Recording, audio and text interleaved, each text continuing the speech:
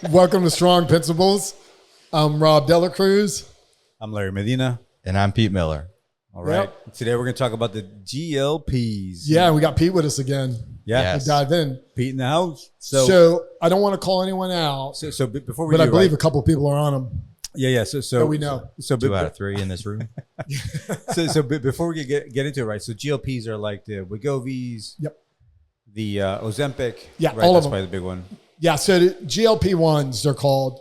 Those are name brands. So you got like the Tirzepatide, the newest one out. It's a 3. So like the GLP-1s, the Wegovy and Ozempic and them, they were like one agonist. And so more has to do with like hunger, and it controls that a little bit. Then you have like Tirzepatide, and there's a couple other names I don't remember, but it's 2 different agonists. So it's 2 different things. One controlling the appetite, and the other one. And then there's Retatrutide. It's the newest one coming out right now, and there's a lot of fighting going on between pharmaceuticals and compound pharmacies with it. And that has 3 agonists on it. So it has 3 different things that's going on about that. Okay. So the GLPs have 3 different things that we're No. saying? Just Retta. So if you just get it, yeah. So there's 3 different types. There's a GLP-1. Then there's they're called like GLP-2 that has 2 different mechanisms. And then there's a GLP-3, which is 3 different mechanisms. Okay. And I believe that's what it's called. When we have like someone like a professional like Felice that prescribes and stuff, she'll be able to dive deeper into what they're actually doing. Okay. And just to break it down for people, right? Because like we've talked about peptides in the past. Yep. And really, the GLP, I had no idea until recently that GLP is really just a peptide. Correct. Which a peptide is just a protein, right? Like So what peptides are, they're basically like compounds that are mimicking something but they figured out how to take whatever in your body and separate it and make it into a chain of amino acids. And it can be anywhere, I believe, from like 50 something to lower 7, whatever it is. You go protein, it goes longer chain of amino acids, creates like into protein. So that's just kind of like a little bit, I'm not even that deep into it, but yeah, that's how it is. And it is peptides. So they're like biologicals. Yeah. Okay. Yeah, they're much more natural in the body. You don't see the upstream and downstream effects that you do of like some drugs. So being in the fitness industry, do you guys recommend people taking GLPs? It depends. I mean, that's more doctor dependent than anything else. There are people that are like better candidates than others. I'm kind of going to be here to talk more of like, what are we seeing like beneficial wise? And then what are the cons that we're kind of seeing with them too? Because now they've been out for a little while. And even though they're coming out with this 3rd iteration, which is supposed to be the best one because it has some muscle protectant, is now we've worked with people for a while, had some good successes, and then I've seen a lot of issues too. So for me, I didn't really understand what they were. Like, you knew Ozempic was something for weight loss that Hollywood was taking, and you saw people take it to get significant weight loss. But now that I've kind of had blood work done, talked to people, you're finding that it's also used for glucose and pre-diabetes. And you're seeing people that are relatively fit going on GLP-1s, lower doses, just to help control their glucose, which blew my mind because I thought it was just a weight loss drug. Yeah. No, that's a good point, right? It's not necessarily just for weight loss. It's an overall like health benefit. Yeah, health benefit. Yeah, so they originally came out, they were using them for diabetes to control issues what they were seeing with diabetes, which is like an epidemic basically. And then they started seeing like a lot of those people started losing weight, and they started realizing they could kind of off use that for weight loss, and then started really diving into that. So I know I've personally worked with a bunch of people, know hundreds of people that have been taking them, know hundreds of people. Like there's a lot of people out there. And I would say I could count on maybe one hand, maybe a little more that are doing it right. So that is not a good statistic. So what is one that's doing it right? What does that look like? So let's go into the benefits. So yes, you lose weight. Okay. It can bring blood sugar in down, help with diabetes, all these good things that you see from like, especially like when you go into obese, because like it can help them with their metabolic kind of like even out. It does a ton of good things. And then there's a whole host of issues that we'll get into too. But when I'm saying doing it right, when you go to get on these GLPs, there's certain things that are going to make it more effective, and it's going to be better for you in the long run. And one of them is changing habits on how you eat. It's got to be protein eccentric. So the protein needs to be at a certain place. The quality of the food is a big picture. And then strength training. Because those alone help prevent the muscle loss. Because when they don't do that, it's about 40% muscle loss. And sometimes it can be more. Okay? And so you're going to run into big issues. Have you seen injuries because of like too quick of a weight loss? Yeah. So we'll kind of get into some things. So now we're getting, because we still don't know exactly what goes on. You slow your digestion and what's going, we're still starting to see. What we are seeing now, and it's not the drug, it's the change. It's not the change of habits. So think about this. You don't strength train. So there's no reason for your body to want to have expensive muscle. You're not taking enough good quality protein, and you're eating your normal processed foods, which is very low nutrient. But because you were eating in an abundance, it kept some muscle, even though it made you heavy or whatever. It helped with the bone density. All right? Let's go ahead and let's squeeze down the amount of calories, because that was the only thing good about that food you were eating. You didn't change your habits. So now you squeeze down the amount of calories you're taking in. You got no nutrients in this food, and you're not strength training. You give your body no reason to have muscle. You're going to cause bone density issues, and you'll be skinny, but eventually the physician's going to tell you to come off of it, and then there's something called the rebound effect.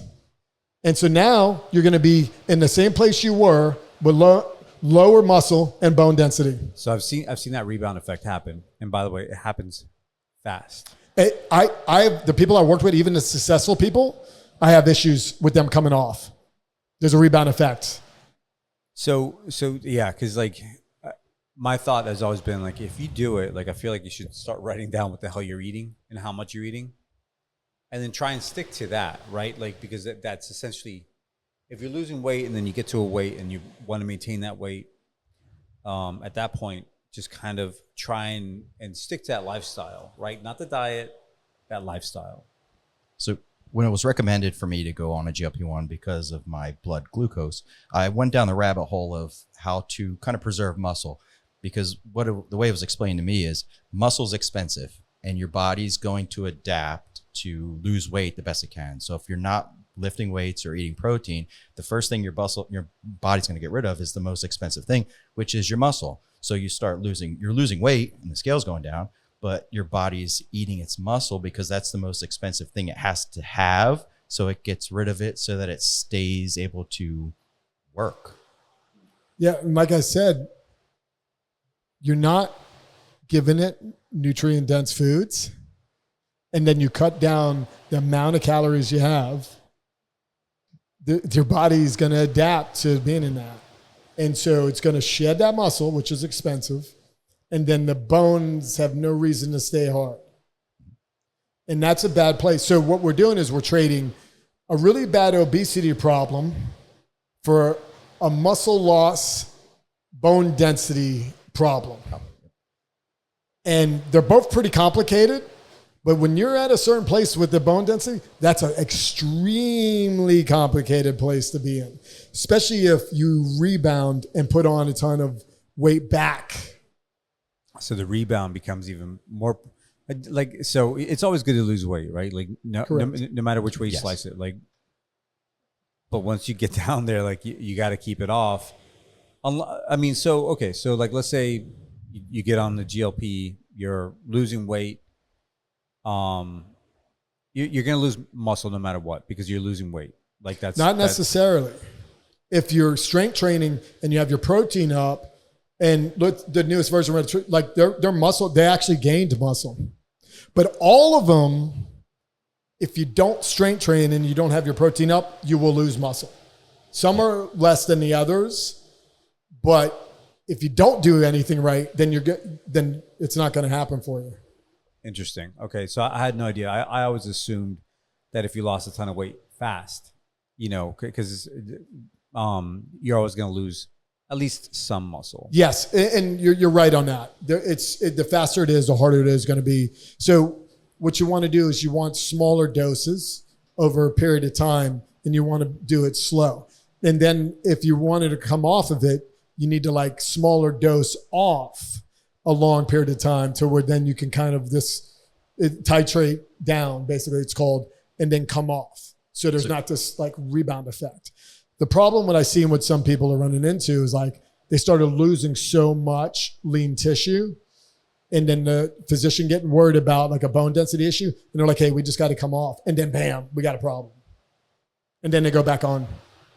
So it's always, to me, like if you lose weight fast, because everybody wants faster is better than slower, you're going to lose everything, right? If you lose 14 pounds in a month, you're probably losing a lot of muscle. But if you lose 14 pounds in 6 months, you're probably maintaining all of your muscle and you're losing fat. It's just better to spread the loss out over time to maintain health as opposed to the quick fix of just dropping weight. Because you got to remember, like if you lose muscle, your metabolism slows down.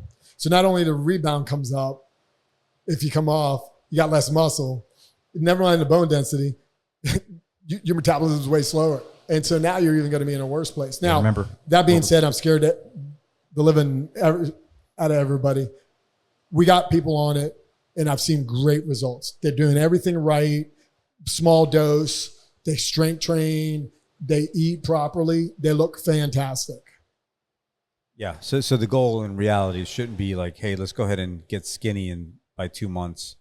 Which is what I was going to try and do, Rob. But don't do that. We'll see. We'll see as the weeks go on to see on the videos. Yeah, we'll see. Yeah. But yeah, no. So the thought process is always like slower, better. Yeah. Continue your workouts, and really the goal is like if you feel uncomfortable in your clothes right now, do you feel slightly better? Right? Yeah. Like that should be like incremental, and I feel like that's the key to life, anyways. Right? Where it's like moderation should be the goal for almost everything you do in life. Yeah, and you want to remember these things are super powerful. And everyone's a little different how it affects them. And like the poison's in a dose, basically.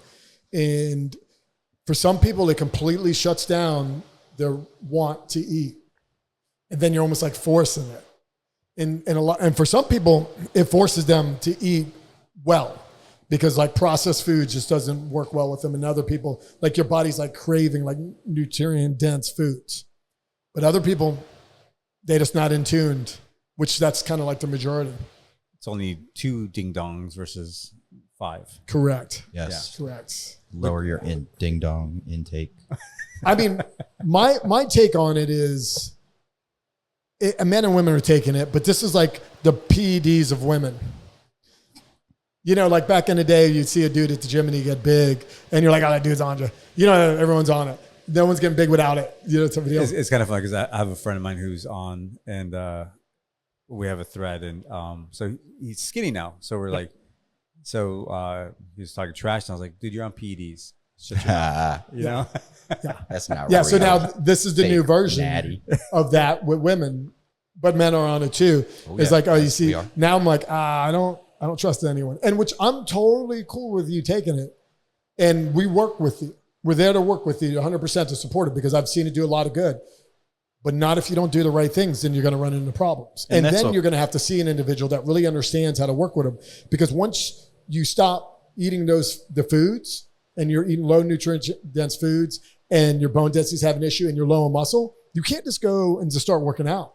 You'll cause some issues. You get a fracture really quick, or you can just run yourself into the ground really fast. So you got to get together with a trainer that really understands. And it's not going to be a normal workout. It's going to be very easy, little by little, building that back. Because all those problems that I was talking about can be completely pushed to the side if you do the right things.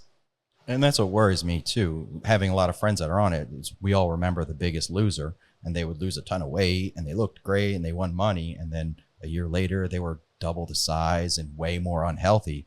Is that the can that we're kicking down the road now? The Biggest Loser, the percentage of people when they did it, it was like a 95% failure rate.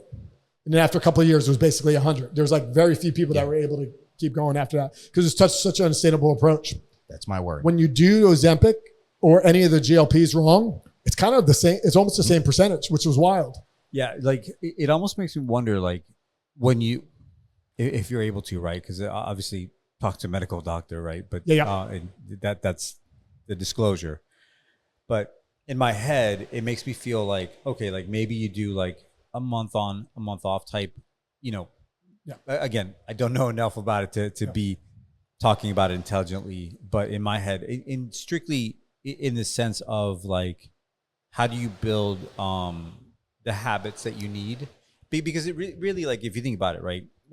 Weight gain, everything, it's all about your habits. And if you read Atomic Habits, like it's a fantastic book. It talks about systems, right? So what are your systems in place more so than like what's your goal? Like forget about your goal. Like what are your systems that you're putting in place?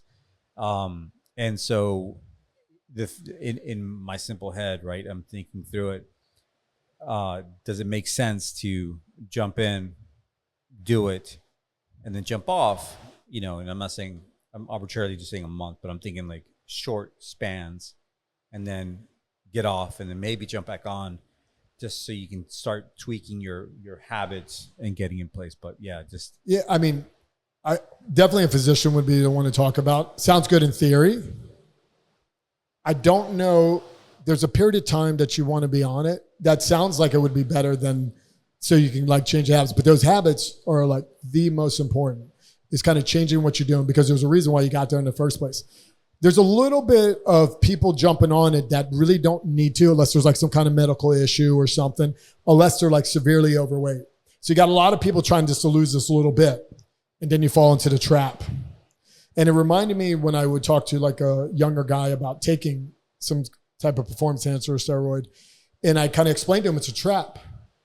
Because once you find out you're taking something that got you to this place, and that's the only reason why you got to this place, you're going to forever know that's there. So it's that Pandora's box you opened up.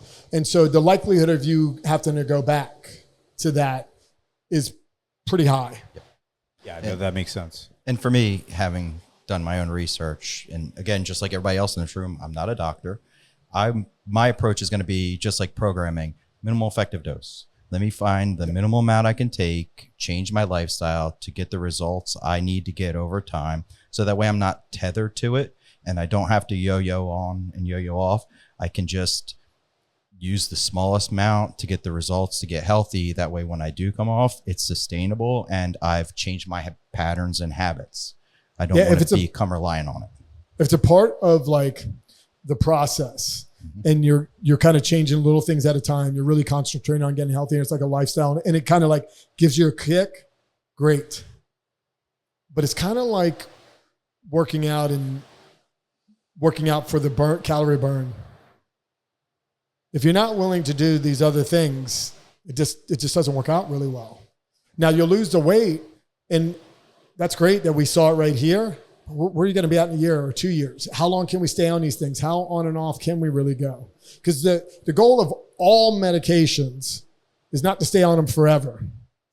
It's to like get you or help you get past something, and then you take it from there. Yeah, 100%. Like, I may be talking out of my, rear end, but like one person that comes to mind to me, and I'm not saying that Dana White was taking GLPs, right? Yep. But he got really thin, really fast, ripped, showing off his body. Great. I don't think he has that anymore. I think he's gained some weight back, and maybe he didn't, right? But I want to say I've seen he's not showing his, shirtless pictures anymore, right? And so it just makes you wonder, like, how many people, to your point, like getting the habits sustainable. Right. I think that's the key, right? Because he's got a stressful life, et cetera. But I'm just saying like overall, like what are your goals? Right. And if your goal is to maybe not always be thin, then okay, cool. But if it is, then you should always, you should definitely try and figure out your habits. What is it that you're going to try to do? Right. And we're all just trying to figure it out. Yeah. Where you run into, I mean, and Dana, like, I don't know what he did, and he looked good for a while. And I'm not sure where he's at now. He looked great. Yeah. Yeah. But what you see is like some of the Hollywood and some of the issues you're seeing with like the faces are getting real thin. Once you lose the fat in your face, the fat in your body comes back, the fat in the face doesn't. So then you're this like weird looking heavy set person with a skinny, like weird face. I'd still rather have a skinny face. Yeah. So it doesn't, it doesn't come right back. Face. It takes a lot to get the fat back in your face, especially when you're at like certain ages. That's why there's all the fillers and everyone does. Oh, yeah. What about your chin? Can I get rid of that? Yeah. Yes. If you want to take my fat on my face, I'll donate it right now. Now, these things are powerful tools, can work really well if you do the right things and you want to get together with professionals. But if you go ahead and you do the wrong things, they're the same thing as all the crash dieting and everything we saw. A lot of people thought this was going to be like a really good thing for society, and it still could be. But it looks like from what we're seeing now, we're taking one problem and moving it to another problem, which is actually probably a more complicated problem that we're going to see come up. I predicted 5 years. It's coming in 2. And so we're seeing that issues come up with the bone density and muscle, and it's coming quick. I mean, more to come. Maybe, you know, because it's still in its infancy, right? Yes. Yes. But overall, I mean, I'm all for lowering your cholesterol, lowering your blood sugar. You know, I think it could be good for you. But yeah, you got to eventually come off it, like you said, because you're going to get too skinny. Yeah, it's a powerful tool that you got to use with other tools. But if you just try to use it by yourself to overcome like bad lifestyles, just to cut down a little bit of your bad lifestyle, but you still got that. Yeah. If you don't fix the problems, you're trading today's problems for tomorrow's problem. And we have to fix what we're doing now, or we're just kicking the can down and we're going to have issues further. So eating right, getting your health and your fitness corrected is going to be a bigger fix for you than a shot. Yeah. And it doesn't take much. Couple days a week of like strength training, maybe a day of condition. Like you're talking 2-3 days a week, being a little active, walking here and there, that can really, really turn it around for you. But if you don't do those things, then you're going to have to figure something out later on. Yeah, you want to look at starting those things before you jump on. Yes. Yes. There may be a point where I'm so unhealthy in the future, I go back to the unhealthy I was now. Right. Yeah. All right. All right. There'll be more on this coming up. We'll bring results. An actual physician in. Yeah. Yeah. We'll see. We'll see how this all goes. But thanks, everybody. This is Strong Principles. All right. Thanks for having me.